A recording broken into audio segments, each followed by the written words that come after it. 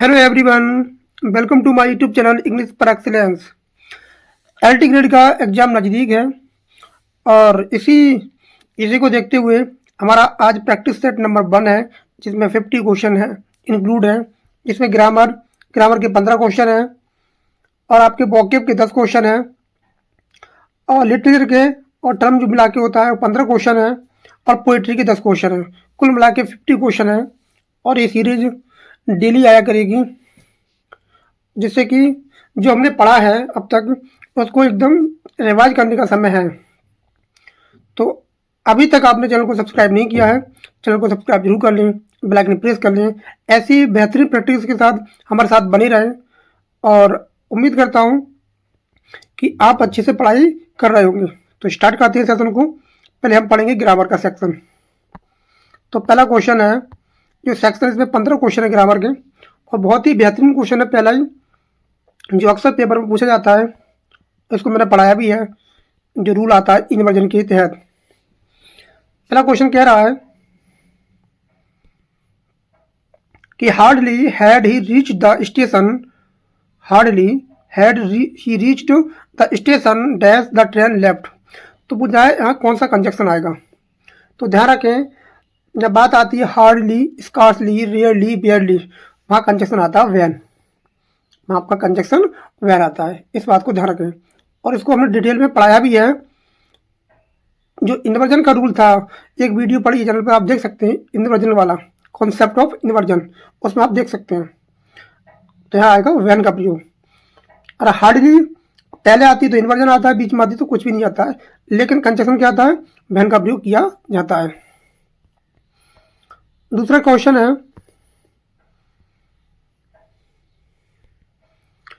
Identify the part of the speech the underline word. तो इसमें underline नहीं किया है, इसमें ओनली का पूछा है। ओनली का आपको बताना है कि ओनली यहाँ क्या है, ओनली कौन सी पार्ट्स ऑफ स्पीच है। तो ओनली कौन सी है, ये आपका एडवर्ब है, क्योंकि ये किसको क्वालिफाई कर रहा है, इस केम को क्वालिफाई कर रहा है।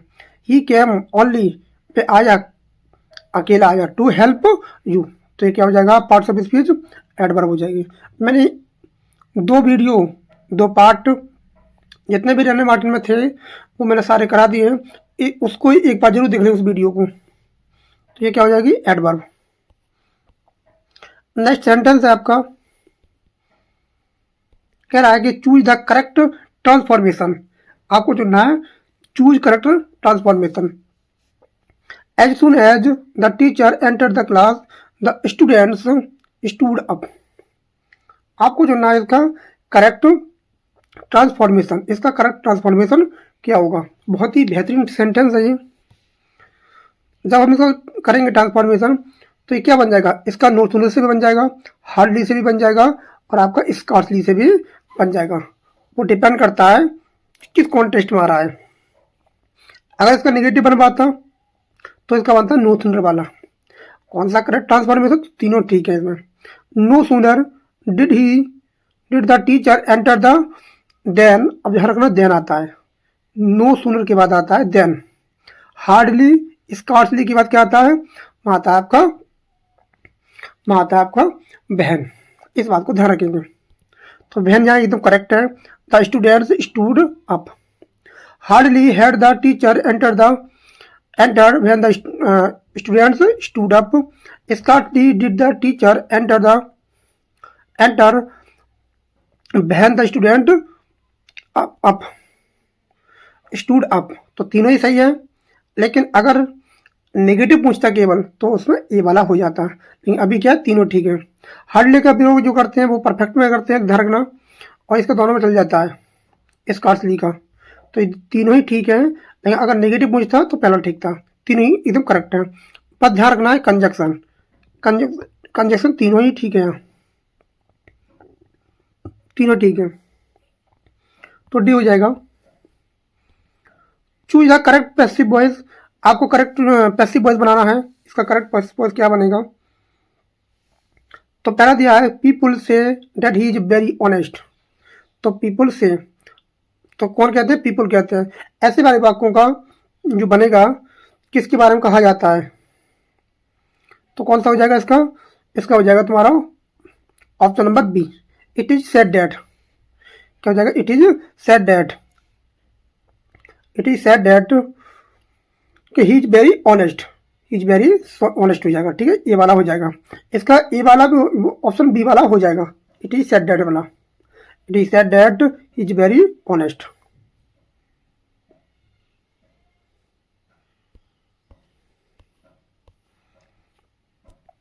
आइडेंटिफाई द एरर, इसमें आपको बताना है कि इसमें गलती क्या है। नीदर या neither of the two answer, neither neither कुछ भी बोलो, आइदर है, ईच ऑफ है, तो जिनके बाद जो वर्ब आती है वो आती है सिंगुलर, लेकिन नाउन कैसा आता है, बहुवचन आता है। तो यहाँ पर गलती क्या है, आर की गलती है। यहाँ क्या आएगी, यहाँ आपकी इज आएगी, क्या आएगी, इज आएगी। तो ऑप्शन नंबर कौन सा गलत हो जाएगा, डी गलत हो जाएगा। यहाँ करेक्ट सही हो जाएगी इज सही हो जाएगी। तो डी हमारा ऑप्शन गलत है।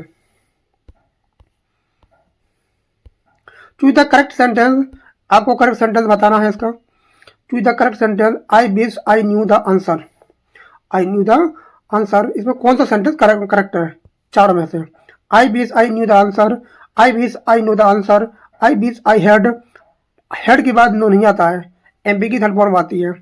I wish I will know the answer, तो इसमें कौन सा सही हो जाएगा, आई विश के बाद फ्यूचर टेंस नहीं आता है, परफेक्ट टेंस आता है लेकिन एमपी की थर्ड फॉर्म इसमें नहीं दिया है, तो ये वाला गलत हो जाएगा। एंड नॉन का होना जरूरी था, ये भी गलत है। अब प्रेजेंट का भी प्रयोग नहीं होता है, इसमें होता है पास्ट का प्रयोग होता है, पास्ट या पास्ट परफेक्ट का प्रयोग होता है, या वुड का भी प्रयोग होता है, लेकिन न्यू वाला एकदम करेक्ट हो जाएगा, option number A. Next question है, fill in the blank correct preposition. He was charged, मैं बताया था चार्ज के बाद क्या आता है, विद प्रपोजिशन आता है। कल हमने डाली मैराथन, पूरी की पूरी प्रपोजिशन पर है, उसको एक बार जरूर देख लें, बहुत ही बेहतरीन क्लास है, और आपको एग्जाम में वहां से आपको क्वेश्चन देखने को मिलेंगे। नेक्स्ट क्वेश्चन है कि choose the correct indirect speech, तो आपको चूज करना है इनडायरेक्ट स्पीच। सेंटेंस दिया है, she said comma inverted comma let us go for a walk. तो जब वाक्य में लेटस आता है, जब डायरेक्ट स्पीच में, रिपोर्टेड स्पीच में, डायरेक्ट स्पीच की रिपोर्टेड स्पीच में जब लेटस आता है, तो सेड या सेड टू के स्थान पर सजेस्टेड या प्रपोज कर देते हैं, और लेटस के स्थान पर डेट दे शुड या डेट बी शुड का प्रयोग किया जाता है, या डेट दे शुड कर दो या डेट बी शुड कर दो। तो पहला वाला ये डी वाला गलत हो जाएगा, ये भी गलत हो जाएगा, ये भी गलत हो जाएगा, तो ऑप्शन नंबर ए एकदम करेक्ट है। She suggested that they should go for a walk, या डेट दी कर दो या डेट बी कर दो, लेटेस्ट वाली वाक्यों में ऐसा बनता है। नेक्स्ट क्वेश्चन है, चूज द करेक्ट ऑप्शन, आपको choose the correct option choose करना है। नो सूनर, जब वाक्य की शुरुआत में नो सूनर आता है तो वहां आता है इन्वर्जन रूल, वहां आपको इन्वर्जन देखने को मिलेगा। आप देखो यहाँ क्या है आपका, यहाँ कोई इन्वर्जन नहीं है, यहाँ भी कोई इन्वर्जन नहीं है, आप डिपेंड करेगा कहाँ पर इसका प्रयोग करें, हैड ही एंटर्ड वाला करें या डिड ही एंटर वाला करें, तो ये कन्फ्यूजन हो सकती है। तो कौन सा कह रहा है, नो सूनर, आप देखते हैं समय की बात कर रहा है, कौन सा समय हो सकता है, तो no sooner dash than the lights went out, जैसे ही कमरे में घुसा लाइट चली गई, लाइट चली गई, तो दोनों ही उसमें हो सकता है, लेकिन सबसे ज़्यादा अच्छा क्या है, जाने के बाद लाइट चली गई, तो ए वाला एकदम करेक्ट आंसर हो जाएगा। हैड ही एंटर्ड, और यहाँ देन का प्रयोग जरूर होता है, नो सूनर के बाद देन का प्रयोग जरूर होता है। नो सूनर क्या है, एक एडवर्ब है, और देन क्या है, कंजक्शन है, इस बात को ध्यान रखना है। तो ए वाला एकदम करेक्ट आंसर हो जाएगा, ए वाला एकदम करेक्ट आंसर हो जाएगा।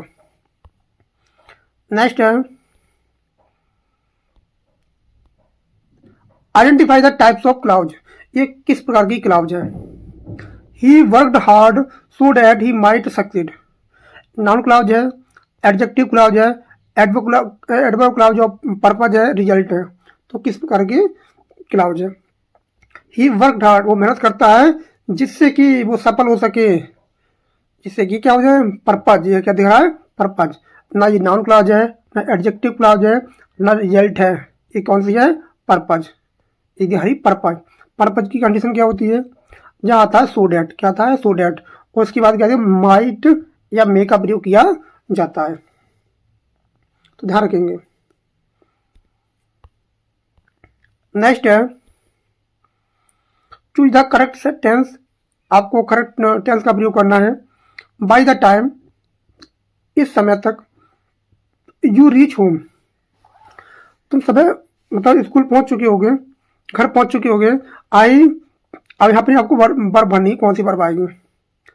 अगर ऐसा सेंटेंस आता है आपके पास और आपको वर्ब भरवाने की कहता है और बाई के द्वारा कोई समय दिखाया जाता है, बाई के बाद जैसे बाई आ रहा है, समय आ रहा है और इसमें प्रेजेंट इंडेफिनिट दिया हो और दूसरा जो टेंस बनता है वो बनता है फ्यूचर परफेक्ट टेंस। ध्यान रखेंगे, जैसे आप देख पा रहे हैं इसको, ये वाला ये टेंस जो है ये कौन सा है आपको, ये वाला जो टेंस है वो कौन सा है, ये है प्रेजेंट इंडेफिनिट। एक तरफ प्रेजेंट इंडेफिनिट आता है और दूसरी तरफ क्या आता है, फ्यूचर परफेक्ट टेंस आएगा। तो कौन सा हो जाएगा, ऑप्शन नंबर डी एकदम करेक्ट आंसर हो जाएगा, डी एकदम करेक्ट आंसर हो जाएगा। नेक्स्ट क्वेश्चन है चूज द करेक्ट ऑप्शन, आपको करेक्ट ऑप्शन चूज करना है। ही बिहेव्स, वो ऐसे ऐसे बिहेव करता है, एज इफ, मानो, एज इफ या एज दो शब्द होते हैं, जैसे एज इफ और एज दो। इसके बाद क्या था, अनरियल कंडीशन आती है, अनरियल सिचुएशन आती है। तो एज इफ ऐसे करता है मानो क्या हो, dash the order of the house, घर का मालिक हो। तो ऐसी जब सिचुएशन आती है तो द अनरियल सिचुएशन में जाता है, तो आएगा बर, क्या आएगा, बर का प्रयोग किया जाता है, ये अनरियल कंडीशन है। नेक्स्ट है choose the identify the error, इस सेंटेंस में आपको एरर को पहचानना है। सेंटेंस कह रहा है ईच ऑफ द प्लेयर्स, प्रत्येक खिलाड़ी में से एक खिलाड़ी, हैव अ सेपरेट लॉकर। अब देखो each of, either of, neither of, one of, जब ये वाक्य में आते हैं, जब वाक्य के सब्जेक्ट के रूप में आते हैं तो इनके बाद आने वाला नाउन या प्रोनाउन बहुवचन रहता है, जैसा कि इसमें दिया भी है, इसमें दिया है बिल्कुल करेक्ट है, यहाँ से लेकर यहाँ तक कोई कमी नहीं है। लेकिन इनके बाद जो वर्ब आती है वो आती है सिंगुलर, क्या आती है, सिंगुलर आती है।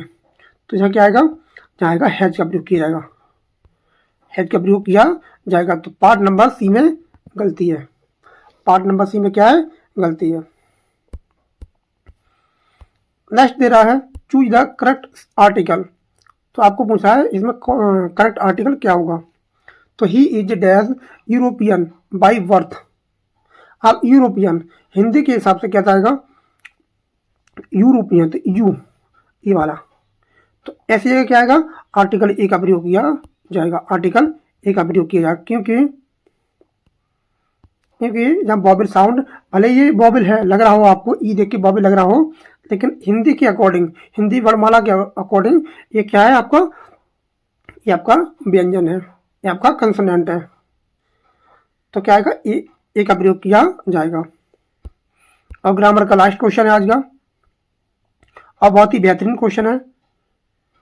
Choose the correct option, he is not only intelligent, he is not only intelligent, वो केवल इंटेलिजेंट नहीं है, और क्या है, वो क्या है, हार्ड वर्किंग भी है।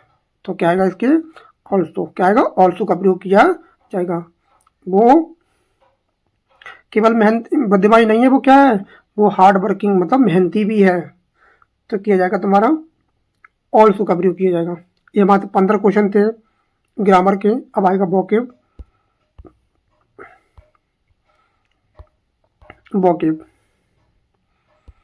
Choose the correct synonym of ubiquitous, और इसकी पेपर में स्पेलिंग पूछ लेता है इसकी। UVIQUITOU, इसका मतलब होता है, इसका पूछा सिनोनिम, इसका मतलब होता है ओमनी प्रेजेंट, प्रत्येक जगह जो मौजूद रहता हो, क्या हो, प्रत्येक जगह मौजूद रहता हो। बहुत ही अच्छा शब्द है ये, ओमनी प्रेजेंट आएगा इसका। नेक्स्ट वर्ड है choose the correct antonym of prudent, तो इसका मतलब होता है, प्रूडेंट का मतलब होता है बुद्धिमान, इसका मतलब बुद्धिमान होता है। तो इसका उल्टा क्या हो जाएगा, इसमें पूछा है, ध्यान रखना है, ये पूछ क्या रहा है, इसमें पूछ रहा है एंटोनियम, क्या पूछ रहा है, एंटोनियम पूछ रहा है। तो इसका उल्टा हो जाएगा रेकलेस। क्या हो जाएगा, रेकलेस हो जाएगा। ऑप्शन नंबर सी जो करेक्ट आंसर हो जाएगा। बाकी केयरफुल, वाइज, सेंसिबल इसके क्या है, सिनोनियम्स हैं। तो ऑप्शन नंबर सी एकदम करेक्ट आंसर हो जाएगा। नेक्स्ट है choose the correct meaning of the idiom. इसमें क्या रहा है कि to beat about the bus. तो क्या है, बेस्ट क्या करना है, इसमें क्या करना है, चीज़ों को भटकाना होता है। To beat about the bus मतलब मेन टॉपिक से भटकना होता है। तो क्या हो जाएगा answer, avoid the main topic. क्या हो जाएगा, avoid the main topic, main मुद्दे से भटकाना होता है। नेक्स्ट वर्ड है आपका वन वर्ड सब्स्टिट्यूशन पूछ रहा है कि a person who speaks very little, एक ऐसा व्यक्ति जो बहुत कम बोलता हो, मितभाषी हो, जो मितभाषी हो, तो उसे क्या बोलते हैं, उसे बोलते हैं टेसिटर्न। क्या बोलते हैं, टेसिटर्न बोला जाता है, मितभाषी। गेरुलस, लोकोसियस, टॉकेटिव, ये क्या होते हैं, ज़्यादा बोलने वाले लोग होते हैं। तो ऑप्शन नंबर एकदम बी एकदम करेक्ट आंसर हो जाएगा। नेक्स्ट है कि choose the correct phrasal verb. क्या पूछा है, फ्रेजल वर्ब इंपॉर्टेंट है, पेपर में खूब आती है। टू टॉलरेट, टू टॉलरेट का मतलब होता है किसी का शोषण करना। तो टॉलरेट के लिए कौन सी फ्रेजल वर्ब का प्रयोग किया जाएगा, ये इसने पूछा है। तो क्या होगा, पुट आउट का मतलब होता है बुझाना, पुट ऑन का मतलब होता है, पुट ऑन का मतलब होता है पहनना, कपड़े पहनना, और पुट ऑफ का मतलब होता है उतरना। तो क्या जाएगा अपनी, पुट अप विद आ जाएगा, पुट अप विद आ जाएगा। बहुत इंपॉर्टेंट है, किसी की टॉलरेट करना, किसी का शोषण करना होता है। और पुट अप का मतलब उतारना भी होता है, और इसका मतलब रद्द करना भी होता है, रद्द करना भी होता है। पुट आउट का मतलब तो बजाना होता है, और पुट ऑन का मतलब होता है कपड़े पहनना। नेक्स्ट वर्ड है चूज द करेक्ट वर्ड। इसमें से आपको भरना है, इसमें कौन सा करेक्ट वर्ड आएगा। तो ही वाज एक्यूज्ड, अब एक्यूज के साथ क्या आता है, कल हमने पढ़ाया था ऑफ प्रेपोजिशन आता है। क्या जाएगा, ऑफ प्रेपोजिशन आ जाएगा। Next choose the correct spelled word, correctly spelled word. तो बहुत ही ज़्यादा इंपॉर्टेंट वर्ड है ये।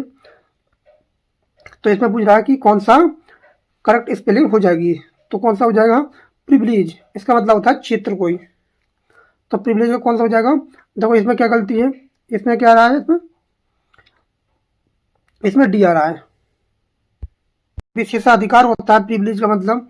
तो इसमें पहले में क्या गलती है, पहले में हमें डी आ रहा है, क्या आ रहा है, डी आ रहा है, यहाँ टी की वजह से क्या गलत है। ऑप्शन नंबर देखो इसमें क्या आ रहा है, सी वाले में इसमें ई आ रहा है, क्या आ रहा है, ई आ रहा है, इस वजह से क्या है गलत हो जाएगा, ई आ रहा है, यहाँ ई नहीं आएगा। और डी वाले में भी क्या आ रहा है, इसमें डी आ रहा है। तो इसमें जो करेक्ट आंसर हो जाएगा वो हो जाएगा ऑप्शन नंबर बी, एकदम बी एकदम करेक्ट आंसर है। PRIVILEG, प्रिविलेज का मतलब होता है विशेष अधिकार होता है।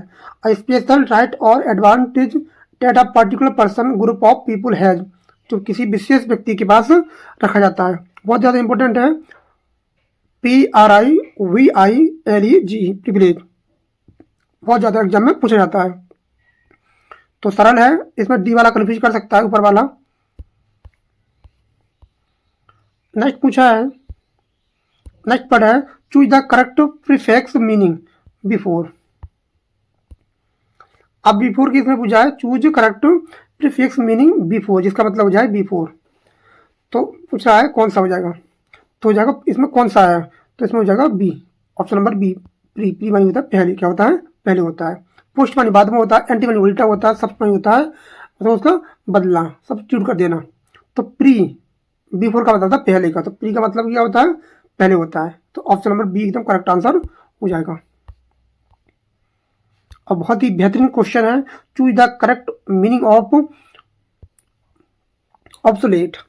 इसका मतलब होता है एकदम खत्म कर देना, मिटा देना, मतलब जो चलन से बाहर कर देना। तो यूजफुल तो होगा नहीं, पॉपुलर नहीं होगा, मॉडर्न नहीं होगा, आउटडेटेड हो जाएगा, जिसकी डेट एक्सपायर हो चुकी है, वो अब चलन में नहीं है। नेक्स्ट वर्ड है choose the correct suffix meaning state और क्वालिटी, जो क्या दिखाता हो, स्टेट और क्वालिटी को शो करता हो। ये क्या दिखाता है, स्टेट और क्वालिटी को दिखाता है। तो ऐसा कौन सा शब्द है, तो ये बनाते हैं अब्स्ट्रैक्ट नाउन जो आता है नाउन में। तो कौन सा जाएगा, ऑप्शन नंबर ए हो जाएगा, नेस। नेस क्या दिखाता है, ये किसी क्वालिटी को दिखाता है, किसी अवस्था को बताता है। अब हम पढ़ेंगे जो सेक्शन नंबर सी है, जिसमें पढ़ेंगे लिटरेचर एंड लिटरेरी टर्म्स। अब इसमें कौन से क्वेश्चन है? 15 क्वेश्चन है और बहुत ही बेहतरीन क्वेश्चन है। The grapes of wrath presents the theme of. तो इसकी थीम क्या है? बहुत ही मोस्ट इंपोर्टेंट है। जॉन स्टाइनबेक ने लिखा है इसको और बहुत ही बेहतरीन ये नोवेल है। तो इसका थीम क्या है? इसकी थीम है सोशल इनजस्टिस और एक्सप्लोटेशंस, आदमी का शोषण। क्या जो ऑप्शन नंबर ए हो जाएगा, बी हो जाएगा। ऑप्शन नंबर बी एकदम करेक्ट आंसर हो जाएगा। नेक्स्ट है the novel Mrs Dalloway is remarkable for it use of. तो इसमें किसका प्रयोग किया गया है? इसमें किसका प्रयोग किया गया है? तो इसमें प्रयोग किया गया है ऑप्शन नंबर बी। इसमें यूज हुआ है स्ट्रीम ऑफ कॉन्शियसनेस। कमेंट में बताएं इस टर्म को किसने कॉइन किया था। स्ट्रीम ऑफ कॉन्शियसनेस का प्रयोग किया गया है इसमें। नेक्स्ट क्वेश्चन है who among the following is a metaphysical poet. तो इनमें से मेटाफिजिकल पोएट कौन है? बहुत ही बेहतरीन क्वेश्चन है मेटाफिजिकल के बारे में और ये हमारे एलटी ग्रेड के सिलेबस में भी दिया हुआ है मेटाफिजिकल पोएट। तो कौन है? John Donne. ये आपका जॉन डन हो जाएंगे।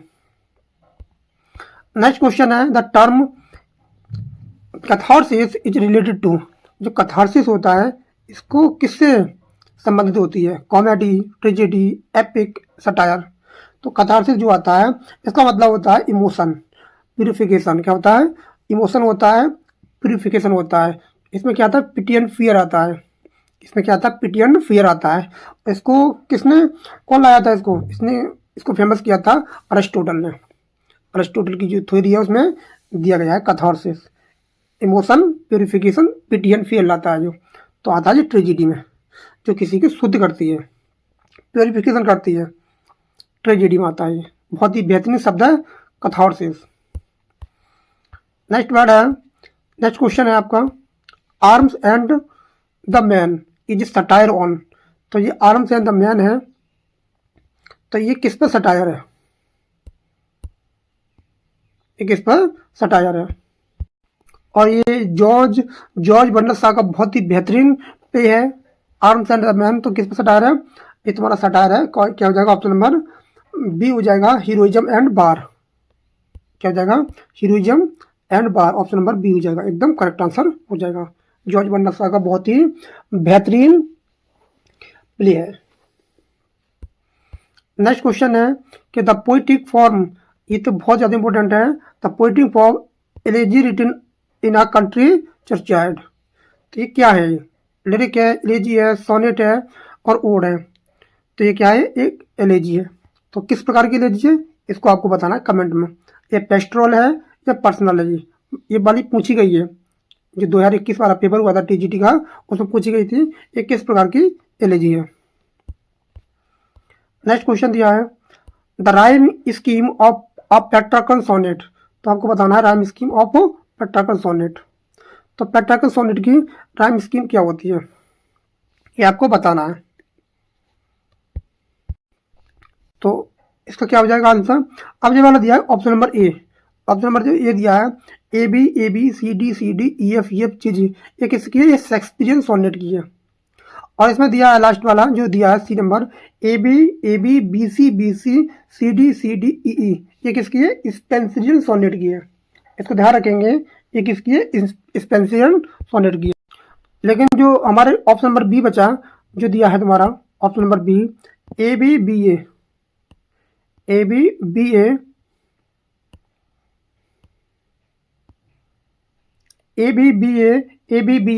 सी डी, ये किसकी है? ये हमारा पेट्रार्कल सोनेट की राइम स्कीम है। इसको ध्यान रखेंगे। बहुत ही simple question, who wrote Paradise Lost. तो किसने लिखा है? तो ये लिखा जॉन मिल्टन ने। लेकिन आपको बताना है ये कब लिखा था, ये आपको बताना है ये कब लिखना स्टार्ट किया था, इसे कब कंप्लीट किया गया था, इसका फर्स्ट वर्जन कब आया था, और फर्स्ट वर्जन में अब कितनी बुक थी, फर्स्ट वर्जन में कितनी बुक थी, इसका सेकंड वर्जन कब आया था, ये आपको कमेंट में बताना है। नेक्स्ट क्वेश्चन है द टर्म हमार्सिया रेफर टू। जो हमार्सिया होती है वो किसको रेफर करती है? क्या ये कॉमिक रिलीफ होता है, ट्रेजिक फ्ला होता है, एक क्लाइमैक्स होता है, रेजोल्यूशन होता है। तो क्या होता है, ये आपका होता है ट्रेजिक फ्ला, ये होता है ट्रेजिक फ्ला। हीरोज फैटल वीकनेस होती है, ये हीरोज फैटल वीकनेस होती है। तो क्या हो जाएगा, ऑप्शन नंबर बी हो जाएगा। बहुत ही बेहतरीन क्वेश्चन है ये वाला। वर्ड्सवर्थ डिफाइंस पोइट्री, तो वर्ड्सवर्थ कैसे डिफाइन करता है पोइट्री को? तो कहता है कि poetry is spontaneous overflow of powerful feeling. तो कहता है ऑप्शन नंबर बी हो जाएगा, सी हो जाएगा, spontaneous overflow of powerful feelings. तो क्या हो जाएगा, ऑप्शन नंबर सी हो जाएगा। ये फेमस डेफिनेशन ऑफ वर्ड्सवर्थ की है। नेक्स्ट क्वेश्चन है, the main subject of romantic poetry. तो रोमांटिक पोइट्री की मेन थीम क्या है? तो इसमें थीम मिलती है देखने को, नेचर एंड इमेजिनेशन। तो इसमें मिलता है नेचर एंड इमेजिनेशन मिलता है। ऑप्शन नंबर सी हो जाएगा, नेचर एंड, जो फोकस करती है रोमांटिक पोइट्री पर। नेक्स्ट क्वेश्चन है जो कई बार पेपर में आ चुका है कि who is known as the father of English essay. Father of English essay, मैं बोलूँ कि फादर ऑफ ऐसे कौन है? तो मोंटेग है, मोंटेग्यू है। और फादर ऑफ इंग्लिश ऐसे कौन है? तो बहुत ही फेमस राइटर है फ्रांसिस बेकन, फ्रांसिस बेकन। और इनके दो ऐसे लगे हुए हैं, एक तो है ऑफ स्टडीज, एक है ऑफ ट्रूथ। तो क्या हो जाएगा, फ्रांसिस बेकन हो जाएगा। नेक्स्ट है question number 38, Gulliver's travel is an example of. तो ये वाला जो दिया है बुक, ये काय का एग्जाम्पल है? तो जी एग्जाम्पल काय का है? ये आपकी सटायर है। तो ये क्या है, सटायर है। ये 1726 में आया था, जोनाथन स्विफ्ट ने लिखा था इसको, और ये सटायर है। यहाँ रखेंगे, ऑप्शन नंबर बी हो जाएगा। नेक्स्ट क्वेश्चन है, the device used in fair is foul, in foul is fair. ये मैकबेथ की फेमस लाइन है, मैकबेथ की फेमस लाइन है। इसमें बता रहा है कि इसमें क्या है, तो इसमें क्या है, पैराडॉक्सिकल स्टेटमेंट है। और इसमें क्या है, काइसमस भी है। बहुत सारे एग्जांपल हैं। यहाँ क्या है, यहाँ पैराडॉक्स है, यहाँ कॉन्ट्राडिक्टरी स्टेटमेंट है जो रिवील करता है ट्रूथ को। नेक्स्ट क्वेश्चन है, का पोयम कंसिस्टिंग ऑफ 14 लाइन्स। बहुत ही सिंपल क्वेश्चन। इसमें 14 लाइन की कविता होती है, उसे क्या बोलते हैं? तो उसे क्या बोलते हैं, सोनेट। क्या बोलते हैं, सोनेट। सोनेट होता है, ये आपका होता है सोनेट। अब पढ़ेंगे हम 10 क्वेश्चन पोइट्री से। पहला क्वेश्चन है, the term alliteration refer to repetition of. तो एलिट्रेशन होता है, किसका रिपीटिशन होता है? वो होता है इनिशियल कंसोनेंट साउंड का। तो क्या हो जाएगा इसका, ऑप्शन नंबर क्या हो जाएगा, ऑप्शन नंबर हो जाएगा इसका, option number C, initial consonant sound का। ऑप्शन नंबर सी एकदम करेक्ट आंसर हो जाएगा। ऑप्शन नंबर सी एकदम करेक्ट आंसर हो जाएगा। इनिशियल कॉन्सोनेंट साउंड होता है, इसमें साउंड की बात कर रहा है ये। Who wrote ode to the best friend. तो बेस्ट फ्रेंड को किसने लिखा है? बहुत ही फेमस, लेकिन बहुत ही सिंपल क्वेश्चन है ये। तो पीबी शैली ने लिखा है, पीबी शैली। पीबी शैली इसका करेक्ट आंसर हो जाएगा। नेक्स्ट क्वेश्चन है, the poetic device use in my love is like a red rose. बहुत ही फेमस है ये, और कई बार पेपर में आ चुका है। इसमें से लाइक हटा देंगे तो हो जाएगा मेटाफर, लाइक लगाया तो क्या हो जाएगा, सिमली हो जाएगा। क्या हो जाएगा, simile. The central theme, the central idea of daffodils. तो डैफोडिल का सेंट्रल दिया है, सेंट्रल आइडिया क्या है? तो क्या है उसका, तो beauty of nature and joy. तो क्या हो जाएगा, ऑप्शन नंबर बी हो जाएगा, beauty of nature and joy हो जाएगा डैफोडिल का। नेक्स्ट क्वेश्चन है, the repetition of vowel sound is known as. जब बॉबल साउंड का रिपीटिशन होता है उसे क्या बोलते हैं? तो उसे बोला जाता है एसोनेंस। क्या होता है, एसोनेंस होता है। तो क्या होता है, एसोनेंस होता है। ऑप्शन नंबर क्या हो जाएगा, बी हो जाएगा, एसोनेंस हो जाएगा। नेक्स्ट क्वेश्चन है, a stanza of 4 lines is called. एक 4 लाइन का जो स्टैंजा होता है उसे क्या बोलते हैं? उसे बोलते हैं क्वार्ट्रेन। क्या बोलते हैं, क्वार्ट्रेन। कपलेट होता है 2 लाइन का होता है, टैरसीट होता है 3 लाइन का होता है, ऑक्टेव जो होता है वो 8 लाइन का होता है। तो ध्यान रखेंगे। क्वार्टरन क्या होता है? 4 लाइन का होता है। Who among the following is a Victorian poet? तो विक्टोरियन पोइट कौन सा है इसमें से? तो कौन है? ये टेनिसन हो जाएगा, टेनिसन। नेक्स्ट क्वेश्चन है द टर्म ब्लैंक वर्स। तो ब्लैंक वर्स क्या होती है? और ऐसे क्वेश्चन पेपर में आते भी हैं, कोई तोप नहीं आती है पेपर में, ये सिंपल सिंपल क्वेश्चन आते हैं। तो क्या होता है ब्लैंक वर्स?